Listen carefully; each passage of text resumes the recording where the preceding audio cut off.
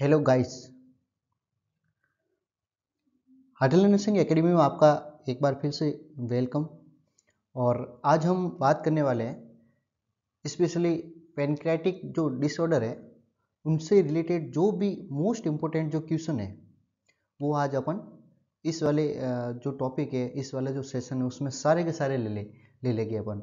जो जो मतलब नर्सिंग ऑफिसर से रिलेटेड या जो भी एग्ज़ाम हुए हैं, एमएससी नर्सिंग हो, चाहे बीएससी नर्सिंग हो, चाहे पोस्ट बेसिक बीएससी नर्सिंग हो, या ऐसे एग्ज़ाम जिनमें मोस्ट प्रोबेबली पेनक्रियाटिक जो डिसऑर्डर है उससे रिलेटेड जो क्वेश्चन बनते हैं, आज हम उनको देखने वाले हैं। तो जुड़ जाइए मेरे साथ और लास्ट तक मेरे ये वीडियो ज़रूर देखें, क्योंकि इससे रिलेटेड जो भी आपके क्वेश्चन अगर एग्ज़ाम में आएगा तो आप मान के चलो कि आपके सारे के सारे डाउट क्लियर होने वाले हैं वीडियो देखने के बाद में। तो चलते अपन ज़्यादा लेट नहीं करेंगे, डिले नहीं करेंगे और सीधे अपन टॉपिक पे आएंगे। उससे पहले मैं आप सभी से रिक्वेस्ट करूँगा कि वीडियो बनाने में और टीचिंग करवाने में बहुत मेहनत लगती है, तो आपसे रिक्वेस्ट है कि आप एक बार उसको जो होटल नर्सिंग एकेडमी जो मेरा यूट्यूब चैनल है उनको आप लाइक करें, सब्सक्राइब करें और शेयर ज़्यादा से ज़्यादा करें, ताकि और भी जो फ्रेंड्स हैं अपने सर्किल में, जो अपने ग्रुप में, उन सबको इसका ज़्यादा से ज़्यादा बेनिफिट मिले। तो चले अपन स्टार्ट कर लेते हैं। और ये मेरा जो कैमरा जो वीडियो है वो मैं ऑफ कर लेता हूँ ताकि आपको डिस्टरबेंस नहीं हो और डायरेक्ट अपन टीच करवा सकते हैं। चलो चलते हैं अपन नेक्स्ट स्लाइड की ओर।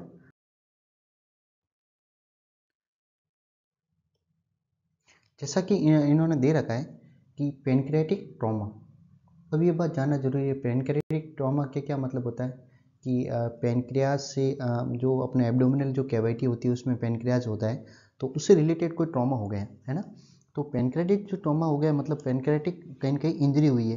तो अब सबसे पहले तो ये देखना जरूरी, इको एकिमोसिस क्या होता है ना। एकिमोसिस क्या होता है? तो एकिमोसिस अगर अपन बात करें एकोमोसिस, तो ये क्या है? एक तरह से डिसकलरेशन ऑफ द स्किन। क्या है ये? Discoloration of the skin. Discoloration of the skin मतलब स्किन जब कलर है वो बिल्कुल ही एक तरह से डिसकलरेशन हो जाता है, रिजल्टिंग फ्रॉम ब्लीडिंग। जैसे लाइक दैट, जैसे एक तरह से यूँ समझो कि ये पर्पल मार्क, जो पर्पल जो मार्क होता है ना, ब्लू, डार्क ब्लू पर्पल, जो अपन पर्पल जो कलर कह सकते हैं, तो पर्पल जो हो गया वो एक तरह से मार्क हो गया, पर्पल मार्क हो गया, है ना। तो इस तरीके के जो मतलब एक तरह से मार्क होता है उसको क्या कहते हैं? अपन एकिमोसिस कहते हैं उसको। ठीक है। स्किन की जो सरफेस है, स्किन की जो सरफेस है, इसमें जो ब्लड वेसल्स होती है, ब्लड वेसल्स होती है, वो एक तरह से पूरी की पूरी डैमेज हो जाती है। ब्लड वेसल्स का डैमेज हो जाना स्किन के सरफेस एरिया में, उसको क्या क्या कहते हैं? अपन एकिमोसिस कहते हैं। आ, वापस पढ़ते हैं अपन। When assessing a patient with pancreatic trauma the nurse note ecchymosis in the umbilical area. अब देखने की बात है अम्बिलिकल एरिया। अम्बिलिकल एरिया मतलब अम्बिलिकल के चारों तरफ का जो एरिया है वो एक तरह से एकिमोसिस हो गया, मीन्स जो है पर्पल मार्क टाइप हो गया, एक तरह से डिसकलरेशन ऑफ द स्किन हो गया।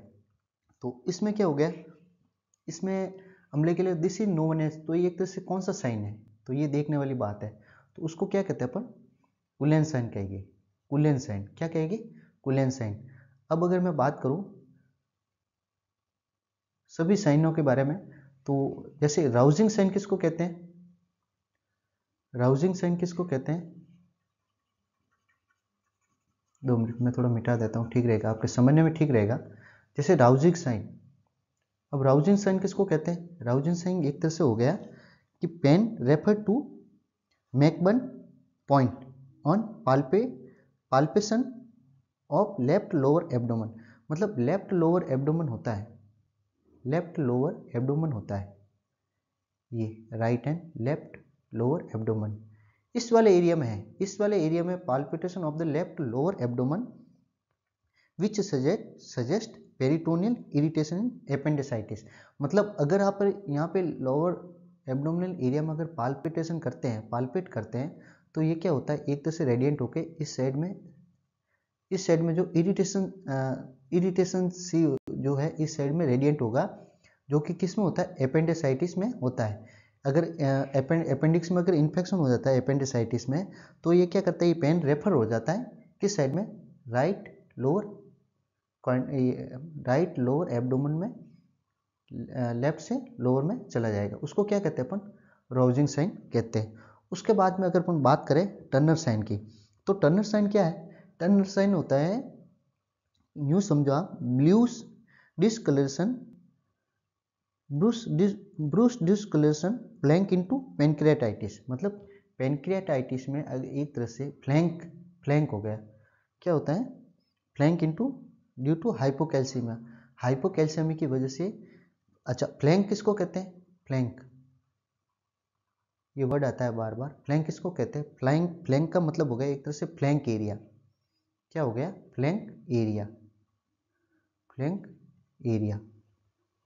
और फ्लैंक एरिया का क्या, फ्लैंक एरिया से क्या मतलब है कि भाई flank area on the sided and back of your abdomen. मतलब दोनों साइड में जो बैक है अपने एब्डोमन की साइड में जो बैक है, बैक की दोनों साइड में जो एरिया उसको क्या कहते हैं, फ्लैंक एरिया, उसको क्या कहते हैं, फ्लैंक एरिया। ओके, तो टर्नर साइन में क्या होगा कि फ्लैंक एरिया में जो है, अगर ब्रूस डिस्कलरेशन हो जाता है, ब्रूस डिस्कलरेशन हो जाता है ना, ये ऐसा ऐसा पर्पल टाइप जो मार्क है इस साइड में अगर फ्लैंक एरिया में हो जाता है तो उसको कहते हैं टर्नर साइन। और यही अगर पैरा अम्बिलिकल एरिया में हो जाता है, यही अगर पैरा अम्बिलिकल एरिया में हो जाता है तो उसको कहेंगे कुलेन साइन। पैरा अम्बिलिकल एरिया में हो गया उसको कहेंगे कुलेन साइन।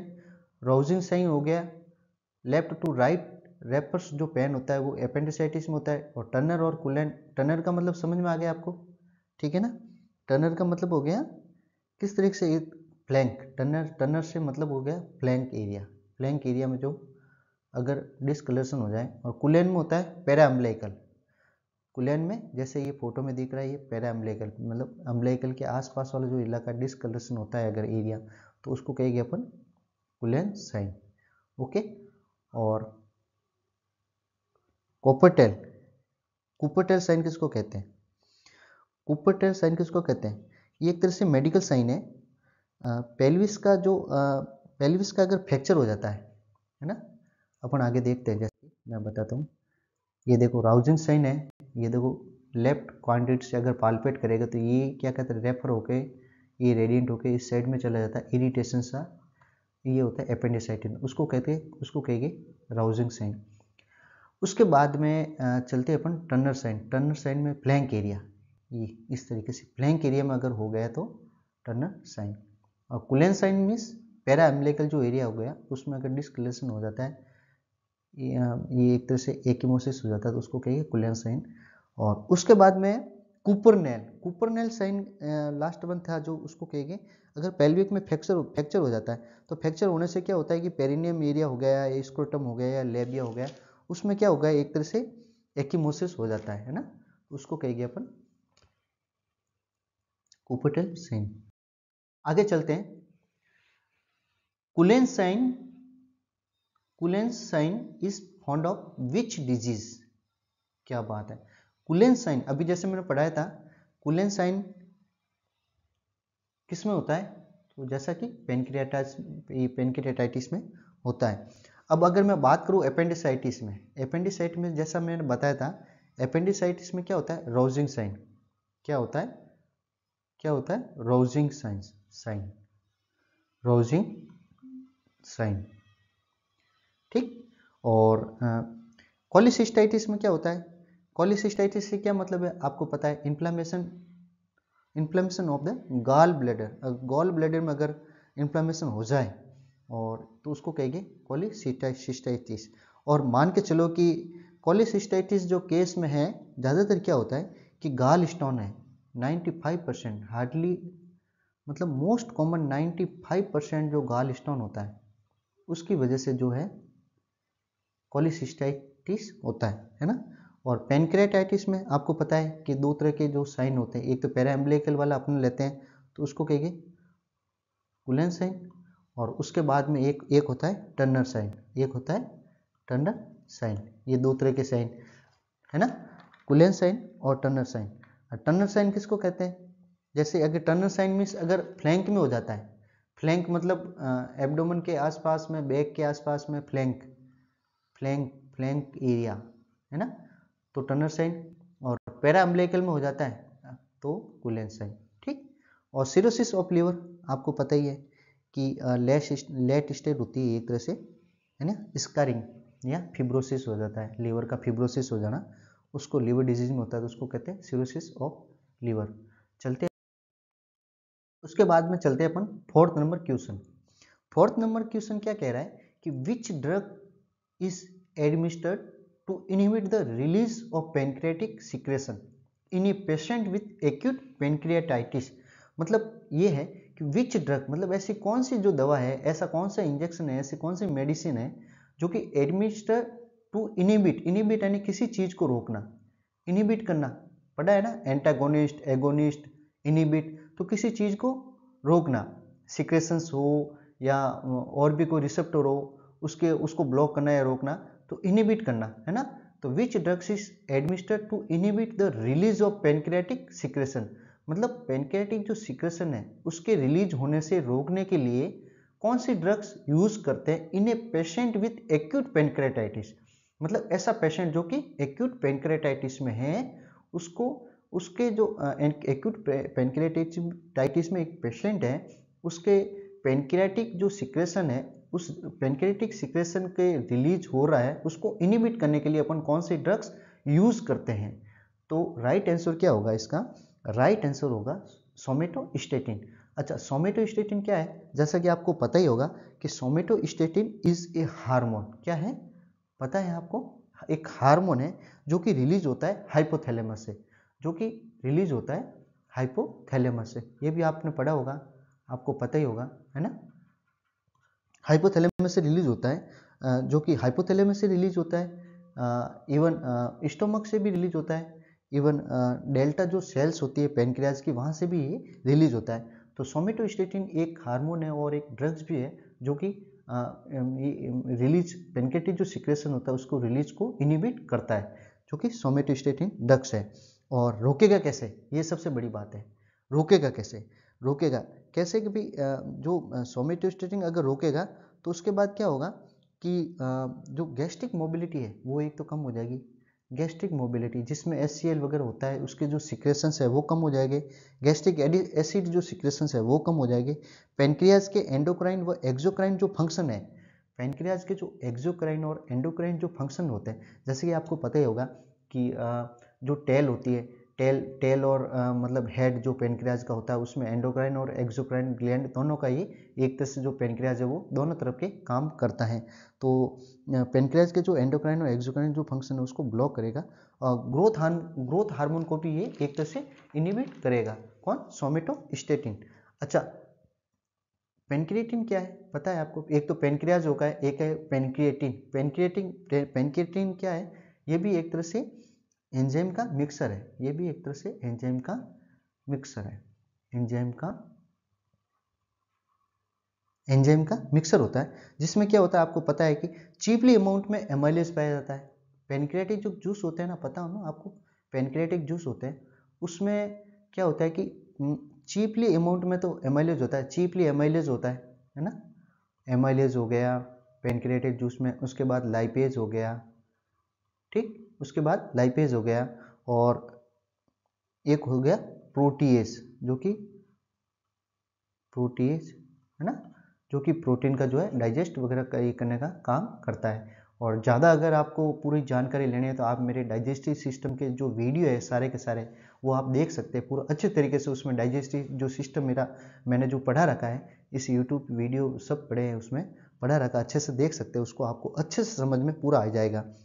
अच्छा, ये क्या करता है, प्रोटीएज क्या करता है, जो कि क्रोनिक जो पेनक्रियाटाइटिस वाले पेशेंट में पेनक्रिएटिन देते हैं, है ना, ये भी एक एंजाइम में देते हैं, क्योंकि ऐसे पेशेंट में एडिक्वेट अमाउंट में पेनक्रियाटिक जो एंजाइम है वो सिक्रेट नहीं कर पाते।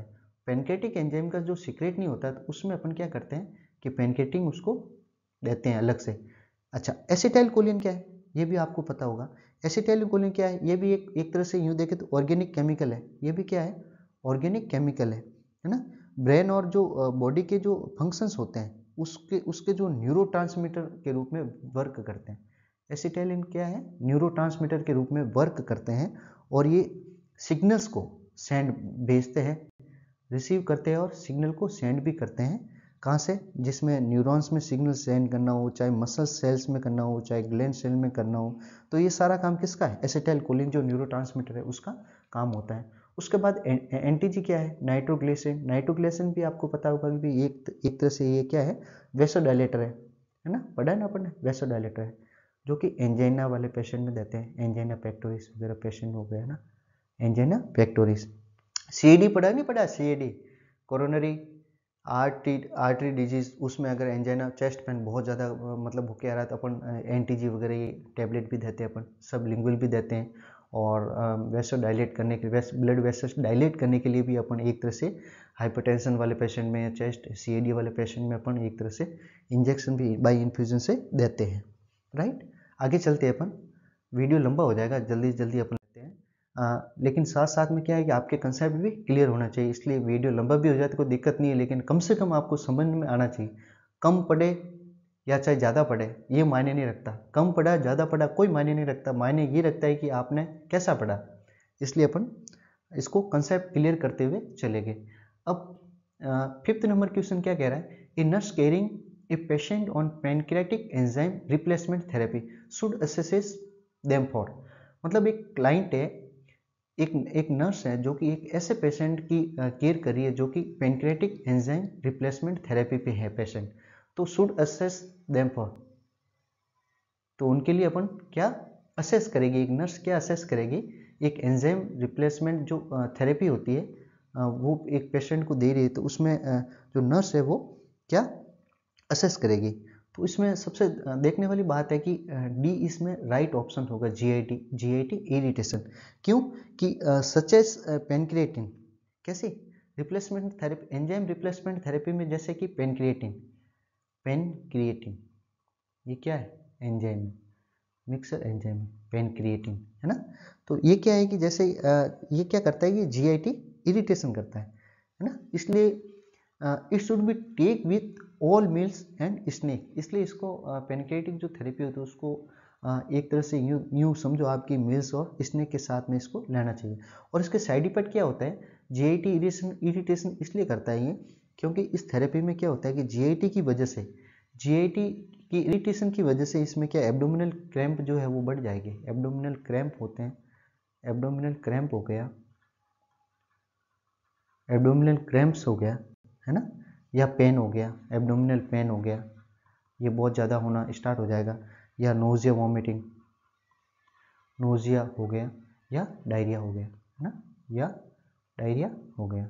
ये सारी चीज़ें जो है जीआईटी इरिटेशन की वजह से पेनक्रियाटिक एंजाइम रिप्लेसमेंट थेरेपी में नर्स को असेस करना चाहिए, उसको ऑब्जर्वेशन में रखना चाहिए, उसका ध्यान में रखना चाहिए। आगे चलते हैं अपन, serum lipase level increases in, मतलब सीरम लाइपेज जो लेवल है वो किस में इंक्रीज होता है, कौन सी डिजीज में इंक्रीज होता है, पैकेट डिजीज या गोचर डिजीज या एक्यूट पैनक्रियाटाइटिस या डायबिटिक मेलाइटिस। तो अपना राइट आंसर तो सबसे पहले क्या रहेगा, एक्यूट पैनक्रियाटाइटिस में क्या होता है, सीरम लाइपेज बढ़ता है। अब मैं एक एक से बताता हूँ कैसे मतलब कैसे होता है। क्या होता है कि एक्चुअली में पैनक्रियाटाइटिस में मोस्ट कॉमनली अपन डायग्नोस करने के लिए ब्लड इन्वेस्टिगेशन करवाते हैं, मेनली मोस्ट कॉमनली जो ब्लड इन्वेस्टिगेशन करवाते हैं उसमें पैनक्रियाटाइटिस में दो तरह के blood investigation, serum amylase and serum lipase, serum amylase and serum lipase, ये 2 टाइप्स के जो सीरम मतलब करवाते हैं अपन, ब्लड टेस्ट करवाते हैं। अब इसमें क्या देखा जाता है कि सीरम एमाइलेज में है, जैसे सीरम एमाइलेज में नॉर्मल जो वैल्यू होती है वो कितनी होती है, लगभग सब लेबों की ले ले तो अपन 140 लेस देन 140 है ना, less than 140 unit per litre, ये इसकी वैल्यू होगी एमाइलेज की। इसी तरह अगर अपन लाइपेज की अगर देखें तो less than up to 200 unit per litre, ये एक तरह से एमाइलेज की हो गई। अगर मोर देन जैसे 140 से अगर ज़्यादा है एमाइलेज या 3 गुना बढ़ जाता है, पैनक्रियाटाइटिस में लगभग क्या होता है ज़्यादातर 3 गुना बढ़ जाता है, तो 200 से बहुत ज़्यादा हो गया सीरम लाइपेज या सीरम एमाइलेज 140 से ज़्यादा हो गया तो अपन क्या समझते हैं उस समय के एक्यूट पैनक्रियाटाइटिस पेशेंट को हो गया है ना। ये चीज़ का ध्यान रखना, मतलब सीरम एमाइलेज भी है एलिवेट हो जाएगा ब्लड वैल्यू में और सीरम लाइपेज भी जो है एलिवेट हो जाएगा।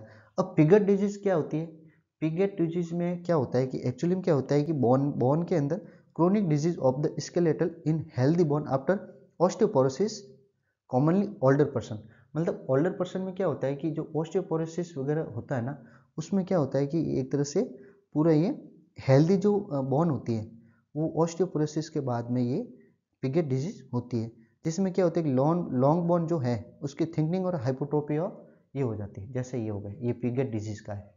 ये किस डिजीज का है? Piaget disease. ये देखो ऑस्टियोपोरोसिस होने के बाद में एक तरह से हड्डी इस तरीके से हो जाती है ना, हाइपोट्रोफी या थिकनिंग की, बोन थिकनिंग की वजह से।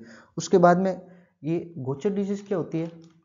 गोचर डिजीज होती है इनहेरिटेड मेटाबॉलिक डिसऑर्डर है। ये क्या होता है इसमें कि इसका कारण क्या है गोचर डिजीज का, कि इसमें क्या होता है जीबीए जीन। कौन सा जीन? GBA gene. अब जीबीए जीन क्या होता है? जीबीए जीन एक तरह से यूं समझो कि ग्लाइकोसिलरेमामिनेडिस बीटा है ना।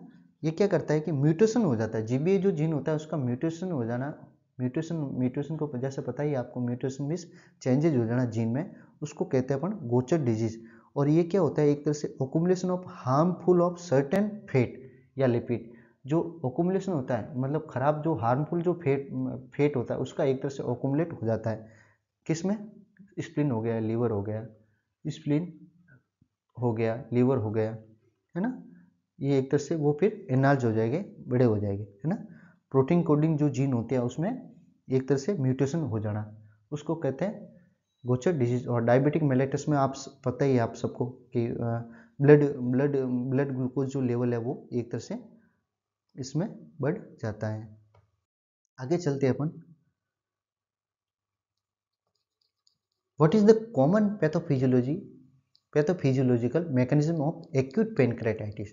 अब आपको पता है कि कॉमन जो पैथोफिजियोलॉजिकल जो है एक्यूट पैनक्रेटाइटिस में, उसमें क्या होता है कि अच्छा मैकेनिज्म पैथोफिजियोलॉजी से मतलब आपको पता ही है, पैथोफिजियोलॉजिकल से क्या मतलब बीमारी का फैलाव, किसी भी बीमारी का फैलाव होना उसको क्या कहते हैं पैथोफिजियोलॉजिकल मैकेनिज्म है ना। अब उसमें क्या होता है कि ये एक तरह से ऑटो डाइजेशन ऑफ पैनक्रियाज जो है वो, क्योंकि इन्फ्लेमेशन हो जाएगा पैनक्रियाज में, इन्फ्लेमेशन हो जाने से क्या है कि उसमें सीरम लाइपेज एमाइलेज जो कि प्रोटीन का डाइजेशन करते हैं वो एक तरह से ज़्यादा हो जाएगा, ज़्यादा मतलब सीक्रेट हो जाएगा। फिर क्या करेंगे ऑटो डाइजेशन ऑफ पैनक्रियाज का ही करने लग जाएगा, मतलब सेल्फ डाइजेशन हो जाएगा एक तरह से पैनक्रियाज का। ठीक, उसके बाद में serum amylase level use to assess damage to. अब जैसा कि मैंने बताई है आपको, सीरम एमाइलेज और लाइपेज जो होता है वो पैनक्रेटाइटिस की डिजीज या उसका डैमेज हो जाने पे ये एक तरह से पैनक्रेटाइटिस या एक्यूट पैनक्रेटाइटिस में सीरम एमाइलेज और सीरम लाइपेज जो है ये एक तरह से सीरम में ब्लड में आ जाता है, उसका एलिवेट हो जाता है, लाइपेज और एमाइलेज बढ़ जाता है। ठीक है, ये एक तरह से चीज़ है। उसके बाद में इंटेस्टाइन का तो चलो कोई नहीं, लिवर डैमेज हो जाता है, क्या क्या बढ़ेगा आपको पता है कि लिवर डैमेज हो जाने पे एलएफटी करवाते हैं है ना, लीवर फंक्शन टेस्ट। अब लीवर फंक्शन टेस्ट में आपको ये भी पता होगा कि लीवर फंक्शन टेस्ट में क्या क्या होता है।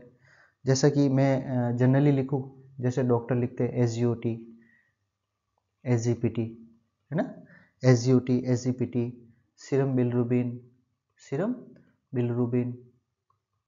ठीक है ना, सीरम बिलिरुबिन। फिर आपको पता होगा कि भाई एक टोटल होता है डायरेक्ट होता है इनडायरेक्ट होता है, एक टोटल होता है डायरेक्ट होता है, जिसको अपन डायरेक्ट को कॉन्जुगेटेड भी कहते हैं, एक इनडायरेक्ट होता है, इस तरीके का सीरम बिलिरुबिन ये, ठीक है ना। APTT PTT ये क्या है, सब लीवर फंक्शन टेस्ट होते हैं।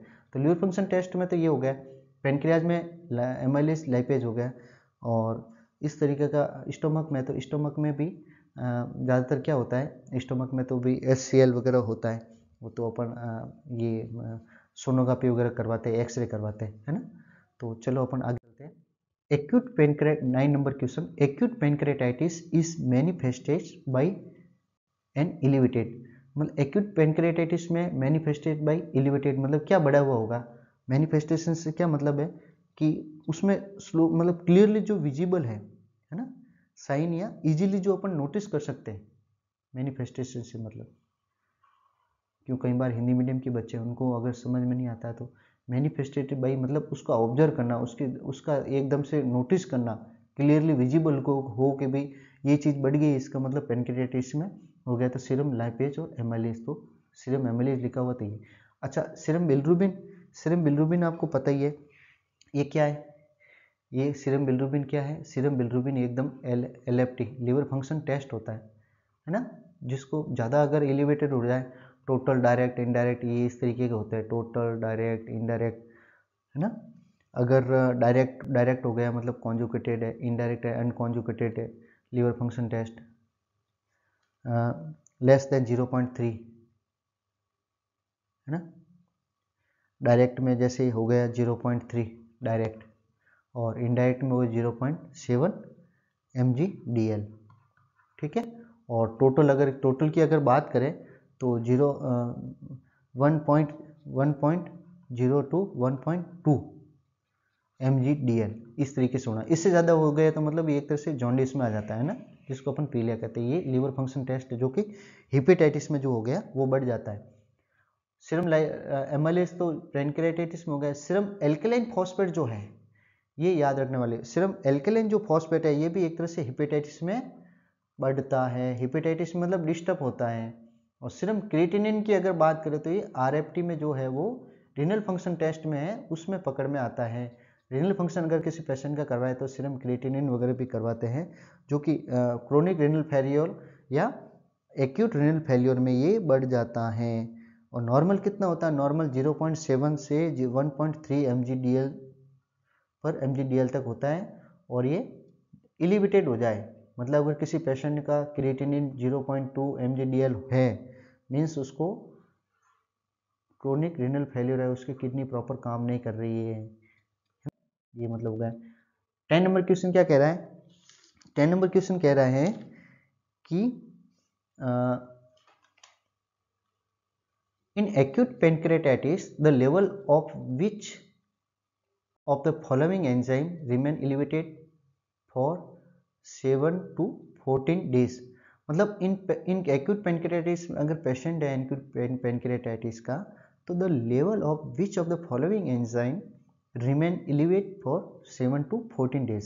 तो सीरम लाइपेज जो है वो उसमें बढ़ा हुआ मिलेगा। अब ये आपको पता ही है कि यूरिन एमाइलेज, सीरम एमाइलेज या सीरम एल्कलाइन फॉस्फेट, अगर किसी पेशेंट में 7 से 14 दिन तक लाइपेज बढ़ा हुआ है, मीन्स वो एक्यूट पैनक्रियाटाइटिस में पेशेंट है। आगे चलते हैं। The most widely used test for pancreatitis damage. तो अपन सबसे ज़्यादा जो टेस्ट है वो कौन सा करवाएंगे, वाइडली यूज मतलब सबसे ज़्यादा टेस्ट करवाने वाला कौन सा है पैनक्रियाटाइटिस डैमेज में, तो वो है सीरम एमाइलेज करवाएंगे। सीरम बिलिरुबिन तो किस में करवाएंगे, जॉन्डिस वगैरह हो, लीवर फंक्शन टेस्ट में आता है। सीरम बाइकार्बोनेट ये किडनी फंक्शन टेस्ट से रिलेटेड है। भाई सीरम एल्कलाइन फॉस्फेट ये भी लीवर फंक्शन टेस्ट से रिलेटेड है। लेकिन जो एमाइलेज है, सीरम एमाइलेज, ये एक तरह से पैनक्रियाटिक जो पैनक्रियाटाइटिस में करवाते हैं। उसके बाद में 12 नंबर क्वेश्चन क्या कह रहा है, विच of the following laboratory finding indicate pancreatitis. मतलब ऐसी कौन सी लेबोरेटरी फाइंडिंग है जो इंडिकेट कर रही है कि इसको पैनक्रियाटाइटिस है। तो इसमें अगर अपन बात करें तो elevated blood urine nitrogen, elevated aspirated amino transferase, या एलिवेटेड सीरम लाइपेज, या इंक्रीज लैक्टेट डिहाइड्रोजनेज। तो सबसे पहले अपन बात करते हैं इसमें राइट आंसर तो क्या होगा, which of the following laboratory finding indicate pancreatitis. तो right answer is the C, elevated serum lipase. ठीक है ना। अगर किसी पेशेंट में सीरम लाइपेज बढ़ा हुआ तो मतलब वो पैनक्रियाटाइटिस को इंडिकेट करेगा। लेकिन अपन सबको समझते हैं एक एक को। BUN क्या होता है, ब्लड यूरिन नाइट्रोजन क्या होता है। अब जैसा कि आपको पता है कि ब्लड यूरिन नाइट्रोजन मीन्स ये है, अगर किसी पेशेंट में ब्लड यूरिन नाइट्रोजन अगर बढ़ा हुआ है, मीन्स जो किडनी का जो फंक्शन है वो प्रॉपर काम नहीं कर रहा है, वेल वर्किंग नहीं कर रही है। या फिर या तो एक कंडीशन हो जाती है, अगर BUN बढ़ा हुआ है, किडनी प्रॉपर फंक्शन काम नहीं कर रही है, या अगर काम अच्छा से कर रही है तो डिहाइड्रेशन है पेशेंट को, पेशेंट को डिहाइड्रेशन है उसको, क्योंकि वो किसी भी वजह से अगर फ्लूइड इनटेक प्रॉपर नहीं कर रहा है तो फिर उसका BUN बढ़ा हुआ आएगा। कैसे कि BUN का क्या होता है कि जैसे लीवर है, BUN क्या होता है, ब्लड यूरिया नाइट्रोजन है, वो लीवर प्रोड्यूस करता है। ब्लड यूरिया नाइट्रोजन जो है लीवर प्रोड्यूस करता है, और ये क्या करता है, अमोनिया जो है प्रोड्यूस करता है, और अमोनिया के साथ में भी एक तरह से नाइट्रोजन भी रहता है। और ये प्रोटीन के ब्रेकडाउन के बाद, अमोनिया क्या होता है, प्रोटीन के ब्रेकडाउन के बाद जो बॉडी सेल है उसको यूज करती है, बॉडी सेल उसको यूज करती है। ठीक, तो हेल्दी किडनी क्या होती है, हेल्दी किडनी एक तरह से यूँ है कि फिल्टर करती है यूरिया को।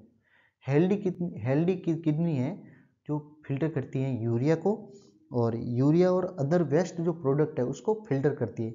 लेकिन अगर किडनी किसी वजह से डैमेज हो गई या कोई डिजीज हो गई या ट्रॉमा हो गया तो किडनी प्रॉपर फिल्टर नहीं करेगी तो फिर BUN जो है एक तरह से बढ़ जाएगा, है ना, एक तरह से बढ़ जाएगा, ये है। उसके बाद AST, elevated aspirated amino transferase, ये क्या होता है, ये भी क्या है साहब, लीवर डैमेज हो जाता है तो उसमें ये बढ़ जाता है, ठीक है ना। और एलिवेटेड सीरम लाइपेज, ये तो पता ही आपको, पैनक्रियाटाइटिस में बढ़ जाता है। और इंक्रीज लैक्टेट डिहाइड्रोजनेस, ये क्या होता है सर, एंजाइम है, ये भी एक तरह से, जिसको अपन LDH कहते हैं, इंक्रीज लैक्टेट डिहाइड्रोजनेस जो होता है एक तरह से एंजाइम है, जो कि कहाँ है, बिल्कुल ही सभी जो टिश्यू होते हैं, है ना, all body tissues, almost almost का मतलब ये है कि लगभग सभी जगह जो है, पूरी ऑल बॉडी जो टिश्यू होते हैं, मतलब पूरे बॉडी में जो टिश्यू होते हैं वहाँ ये LDH रहता है ना। और ये एक तरह से क्या है साहब, लैक्टिक एसिड है, क्या है, लैक्टिक एसिड। ठीक, और लैक्टिक एसिड का काम क्या है कि लैक्टिक एसिड जो होता है सेलुलर रेस्पिरेशन में भी इंपॉर्टेंट इसका रोल होता है LDH का। ठीक, LDH अगर किसी पेशेंट में अगर LDH बढ़ गया, किसी पेशेंट में अगर LDH बढ़ा हुआ है तो मीन्स ये है कि टिश्यू जो डैमेज हुए हैं, टिश्यू बॉडी की कोई ना कोई टिश्यू डैमेज हुआ है, चाहे वो फिर इंजरी से हो, ट्रॉमा से हो, या फिर किसी डिजीज से हो, तो फिर सिर्फ LDH वो है वो बढ़ जाएगा।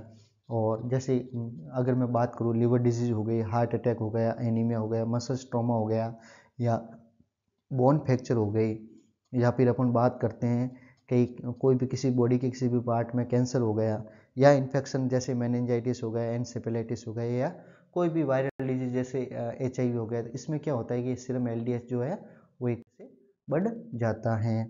उसके बाद अपन बात करते हैं investigation of choice. 13 number question है, investigation of choice for acute pancreatitis. तो इस एक्सरे तो चलो अपन करवा ही लेते हैं, लेकिन एक तरह से चॉइस नहीं है एक्यूट पैन। सिटी स्कैन से अपन को एक मोटा बहुत अच्छा से कंफर्मेटिव आइडिया हो जाता है कि इसको पैनक्रेटाइटिस है। USG से चलो अपन को पता चलता है, क्योंकि पैनक्रेटाइटिस में क्या होता है कि कई बार ज़्यादातर जो केस होते हैं उसमें क्या होता है कि गाल स्टोन होता है, उससे अपन को ये पैनक्रेटाइटिस होने के जो बाइल डक्ट होती है वो एक तरह से ब्लॉक हो जाती है गाल स्टोन से, उसकी वजह से फिर ये पैनक्रेटाइटिस होने के चांसेस ज़्यादा रहता है। तो CT स्कैन में ये पता चल जाता है। USG सोनोग्राफी और ERCP आपको जैसे कि पता है कि ERCP कई बार फुल फॉर्म भी पूछी जाती है। ERCP की फुल फॉर्म क्या है, कोई बता सकता है क्या? ERCP की फुल फॉर्म क्या है? ERCP की फुल फॉर्म होगी एंडोस्कोपिक रिट्रोग्रेड। ERCP की फुल फॉर्म क्या होगी? एंडोस्कोपिक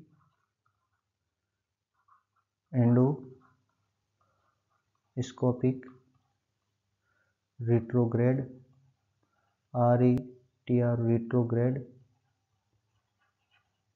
एंडोस्कोपिक रिट्रोग्रेड कोलेंजियो, है ना, कोलेंजियो पैनक्रिटियोग्राफी,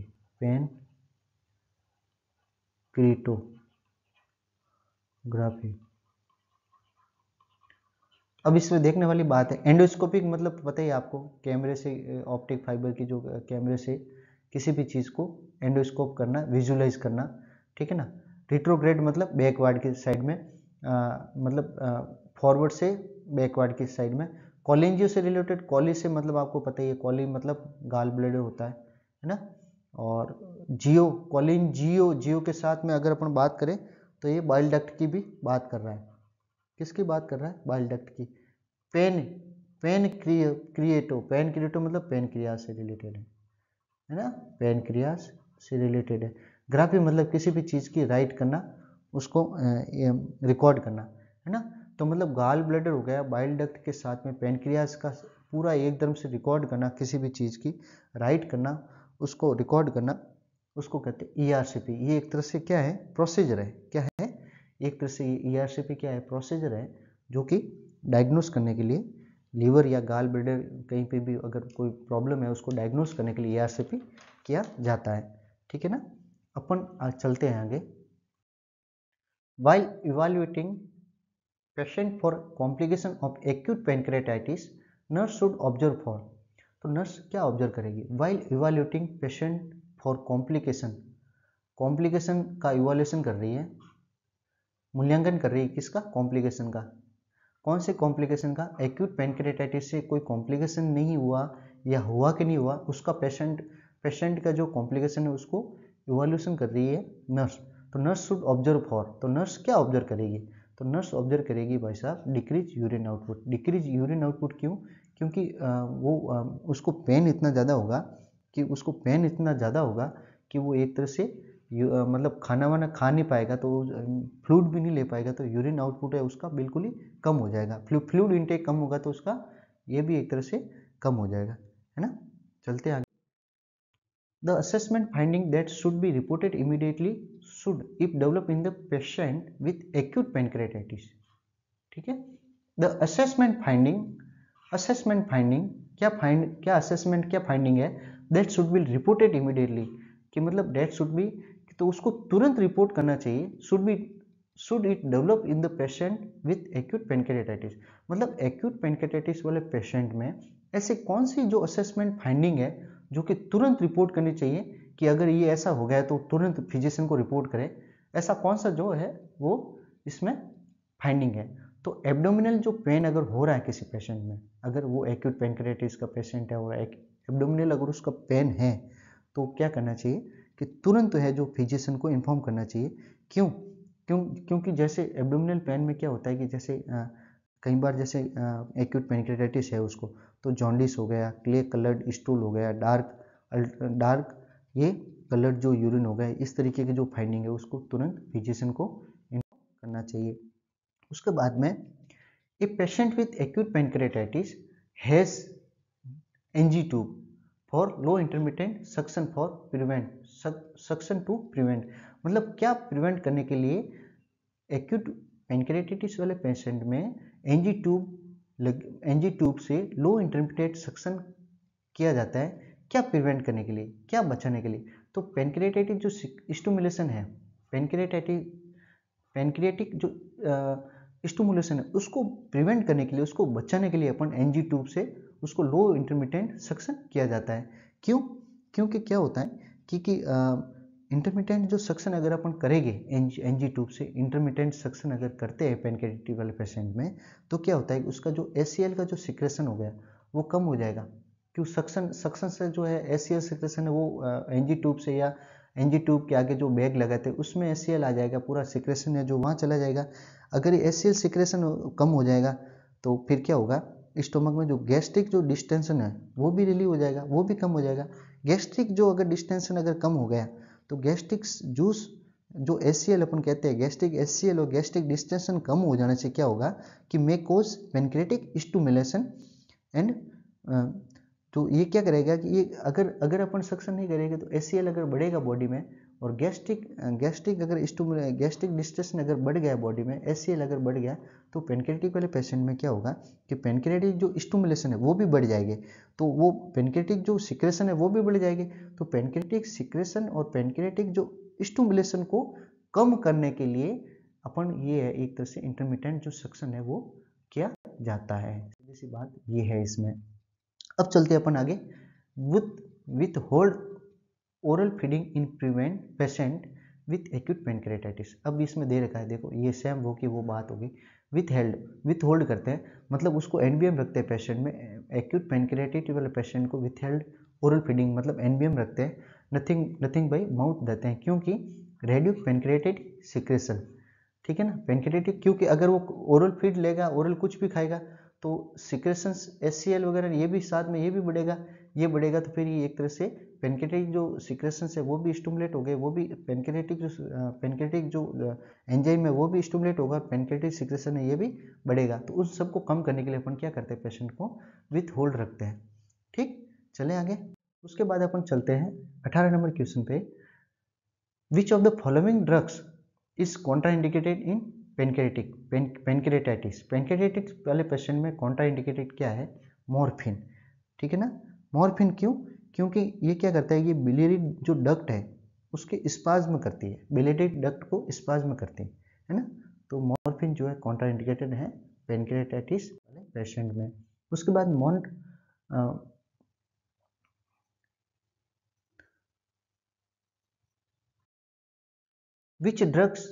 which drug can be used by nurse to a patient admitted to hospital with acute pancreatitis।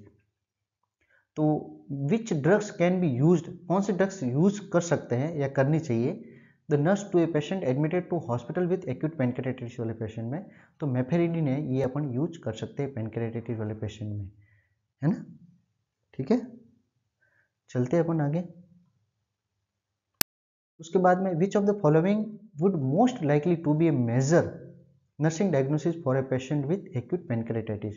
तो इसमें क्या हो गया, राइट आंसर हो गया altered nutrition less than body requirement, altered nutrition less than body requirement, क्योंकि altered discomfort due to sudden severe pain and chronic pancreatitis or altered nutrition less than body requirement.